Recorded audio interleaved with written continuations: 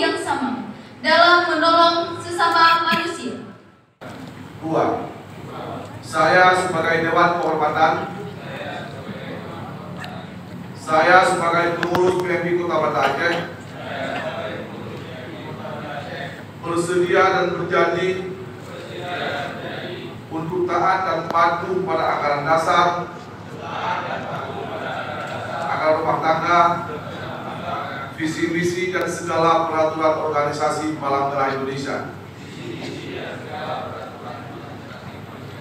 3. Saya sebagai Dewan Kehormatan dilanjutkan dengan penandatanganan berita acara oleh Ketua PMI Provinsi Aceh, Ketua PMI Kota Banda Aceh, dan PDW Kota Banda Aceh. Kami silakan.